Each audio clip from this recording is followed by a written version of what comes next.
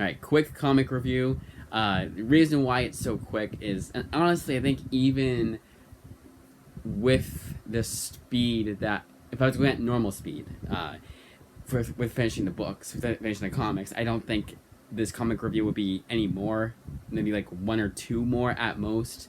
The reason for why it's a bit slower, only a little bit, is because last 2 days I had stuff going on. Tuesday's an eye appointment. Yesterday I just had other responsibilities right after work, so the reading speed. I read like, oh my, I honestly think it was like 6 comics, and usually like, even like on a good night, for a good night, on a good work night, I can get 11 comics read. It's all I do. I don't even have time to watch like even a half-hour show, maybe a half-hour show, but it's really just eat, bathe. If I have to bathe, I do it every other day. I have that superpower, I guess. Honestly, I think every other day is like, for someone my age, is the max. Is by like not even like at the very least. Like it's just like the norm. I don't think it should be every day. Some people are different. Some people take a lot of pride into their. If you work in construction, that's obvious because it's got to be every day, obviously. But I work at a school. I work at a high school. The worst I've had to deal with is going outside for a class. But anyways, big long intro out of the way. Let's get right into the comic reviews. I want to get back to reading. Devils, and what's kind of funny is only one of these is one I haven't read before. So first one and last one are rereads. Second one after this will be the one I haven't read before. But first up is Devil's Red Bride, and I honestly kind of always forget how I felt about this one. I know, like, relatively, like, oh, this was kind of a quick read. I remember liking it enough, and it's written by Sebastian Gerner, and I haven't really like hated any of his work. But it's also been one of those books that kind of leaves my memory like a month after I've read it, and by the 4th month, I completely forgot what it was about. And it's probably going to happen again. It is good, don't get me wrong. Another smash hit from Vault, which seems to be the closest to Image that I've read from a publisher. In terms of like, I could see this being from Image Comics. Now, does that mean it can't be from Boom Studios at all, or it can't be from Dark Horse Comics at all? No, it's just kind of like I get that vibe sometimes with Vault, and also more than anything, the track record I have with Vault is very similar to that one I have with Image Comics. I think that's what I was trying to say, and I just kind of, but I see the other thing too. But anyways, it's still decent enough, but kind of forgettable. I give it an 8 out of 10. Solid 8. It's entertaining. Maybe more of a 7 out of 10 because it kind of is a bit confusing here and there, and again, it's really forgettable. So an 8 kind of seems a bit high for that book. Deep Cuts. Now, this was one that I had bought myself. I did find that other book, by the way, so I expect to see it this month's Comic Haul. But I was kind of pissed because I found it after the fact. That other comic, I was like, oh, it's also from Image. It's also about jazz. I couldn't find it. Couldn't remember the name of the author or anything. And it's, of course, one of those books that it's the only thing the author did for comics. He's written books, so it's the only thing he's ever done in general. But also, the only thing he's ever done for Image. So it's a nice, quick purchase. And I like those. Of course, it is nice, like, for Christmas, I'll maybe be getting all of John Layman's work. One of the books is out of print, so I'll have to pay extra for it. I'm kind of not looking forward to doing that, but the eBay price stays up there. That's not too much more than the official list price, but that will be satisfying because I'll have everything John Layman has done for Image, except for a couple of things that are like one shots and they're just like the floppies, and like, I don't want to do that. But anyways, so that's, but also I like doing the thing where like last month a few months ago I got the series called Meltdown. It was the only thing the guy had ever written, and it was a series that was apparently underrated, and it was like, hey, so one and done thing. But yeah, I get the appeal of getting like a multi-volume series too, like Saga. When I get the newest volume of Saga, that's very satisfying because it's 12 volumes of an overarching plot and all that. I get that aspect too, don't get me wrong, but again, the one done is a bigger appeal to me, if anything. But anyways, this is Deep Cuts, written by Kyle Higgins and Joe Clark, and this was the first comic I've read by that team, and I liked this one enough. This is an anthology book, so some issues I really liked, and then some issues I kind of felt a bit boring. Only one I felt was completely tedious, and that was the last one, and even that had aspects in it that I liked, but I honestly don't remember a whole lot from the last issue. I'll flip through it. I know. So the good thing with the last issue is that some connections are made to previous chapters. I liked that. The fifth one, so you had 6 issues. The fifth one I liked. That one was really damn good. I had something going on when I was reading it. I read it on Saturday night, and I had a thing to go to on Saturday night, and I didn't finish it until Sunday morning. And I was kind of pissed that that happened. That's how much I liked that issue. I was like, at the very least, I want to finish this issue of Deep Cuts, and I couldn't.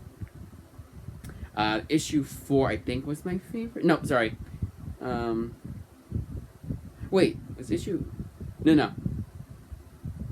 Now I'm confused of when I actually finished this book. Sorry. Issue 4 was what I was talking about. Issue 4 was the one that I started reading, and then I liked so much, and that Saturday night book. Yeah, it makes sense, Joy. Sorry, so Saturday night was issue 4. Issue 5, what was issue 5 then? Oh yeah, issue 5, that was good too. The art style was kind of kooky. It was done by Juni Ba. And that was my first time seeing his artwork. That was a good one too. Nice little story there. Issue 3 was my all-time favorite out of the bunch. And if it had been more like that, had more of that tone, that feel, not the same exact tone and feel, obviously, but just and it was kind of funny because it feels like it's written by the same 2 people throughout the entire series. It's not like it was Jeff Lemire or something like that. No, it was throughout. It was Kyle Higgins and Joe Clark. They didn't switch it up, I don't think. So it's kind of funny. Like issue 3 is like leaps and bounds better than any of the other issues. Issue 2 was also really good. So that was the one with the female singer, right? Yes, it was. And then issue 1. Wait, was issue 1 the female singer? I want to make this. No, so issue. Oh yeah, no, so issue 2, yes, it was a female singer. And then issue 1 was also good. It was a nice. Honestly, issue 1 was the almost perfect introduction to Deep Cuts. So all in all, I would give this a 7.5 out of 10. 8 out of 10. I'll give it an 8 out of 10 because of how much I liked the other issues. But yeah, it's not perfect. Honestly, somewhat disappointed, but I didn't know what I was going in for, so not really. It's like a slight disappointment. Because again, I was really anticipating it, really excited to read it. But again, any comic that makes, for the most part, that makes 50 plus pages feel like nothing, that's a feat unto itself. And more felt like it was like 30 issues, like how Marvel with their issue 1s, they'll be a bit longer than the rest of the series. That's how some of those issues felt with Deep Cuts. And the last one felt really long. And finally, skip to the end. This one was also really good. I remember thinking it was okay when I first read it. Liked a lot more the second time around. I'm not into this genre of music, but what's kind of funny is that I've listened to some songs that are in this genre, kind of like punk rock kind of, gives that punk rock vibe.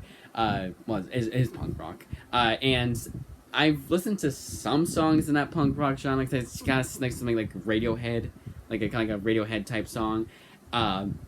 So I could kind of get what the tune was supposed to be for the song, because obviously it's a comic. It doesn't even say to the tune of this, so you can't like do it justice. But I feel like I got it closer than I've ever gotten. Not ever gotten. Than I've gotten most other songs in comics. Honestly, maybe even ever. I could be completely wrong, but this one's really good. It's nice.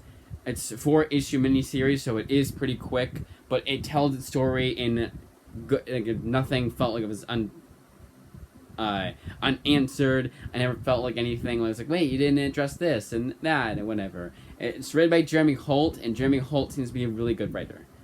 They seem to not let what they are, but they prefer their pronouns to be, get in the way of their work.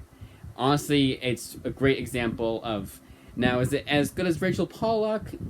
I don't know. I've unfortunately not read their